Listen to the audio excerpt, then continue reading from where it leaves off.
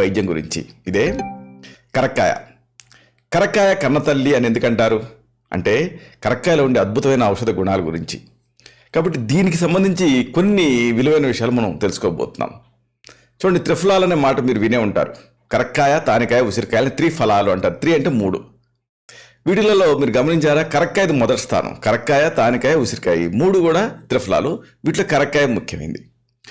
ఇది మీకు చూడటానికి ఇలాగ కోలగా ఉంటుంది. ఇంకా చెప్పాలంటే దొండకాయ ఆకారంలో ఉంటుంది. అలాగే ఇక్కడ ఇంకా ప్రధానమైనది ఏంటంటే కరక్కాయలో నిజానికి కాయ మొత్తంగా వాడుకోవచ్చు, కానీ తోలులో ఔషధ గుణాలు ఎక్కువ. కొన్ని సందర్భాల్లో అయితే లోపల ఉండే పప్పును కూడా వాడుతూ ఉంటాం మందులకి. అయితే దీని రుచి అనేది ముఖ్యమైనది. ఇక్కడ ప్రధానంగా కషాయ రసం ప్రధానంగా ఉంటుంది, అంటే వగరు.